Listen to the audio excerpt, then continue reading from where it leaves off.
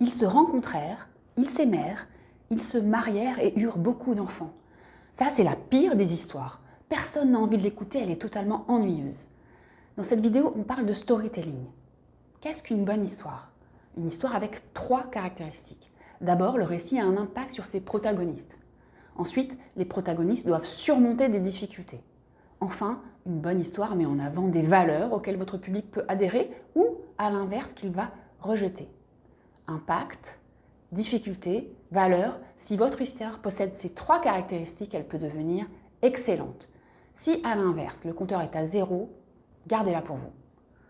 Si vous êtes allé au supermarché, que vous avez pris dans un rayon un moule à tarte et que vous l'avez payé à la caisse, inutile d'en faire tout un plat. Par contre, si un grain de sable s'est glissé dans l'engrenage, là, vous tenez peut-être quelque chose. Par exemple, vous avez déclenché l'alarme anti-vol. Le vigile a dû intervenir. Il se trouve qu'il était dans le même lycée que vous et que vous étiez son souffre-douleur. Là, c'est beaucoup mieux. Une fois que vous avez choisi l'histoire à raconter, utilisez un schéma narratif. Qu'est-ce que c'est? Une trame sur laquelle vous allez vous appuyer. Elle comporte 5 éléments. 1. La situation initiale. Elle sert d'ouverture en donnant le contexte. 2. L'élément perturbateur. C'est un problème que rencontrent les protagonistes. 3. Les péripéties. Ce sont les événements qui surviennent et pour lesquels les protagonistes cherchent des solutions. 4. L'élément de changement qui permet de résoudre le problème initial. 5. La situation finale. Le plus souvent, c'est une situation apaisée. Tout est bien, qui finit bien.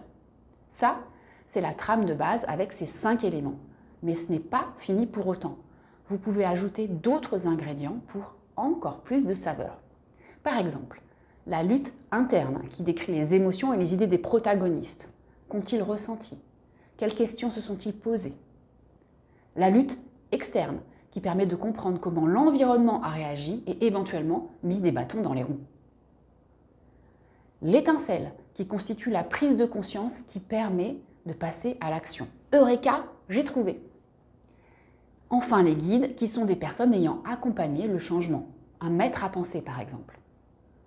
Raconter une histoire, ce n'est pas réservé aux auteurs d'œuvres de fiction, romanciers, cinéastes, non.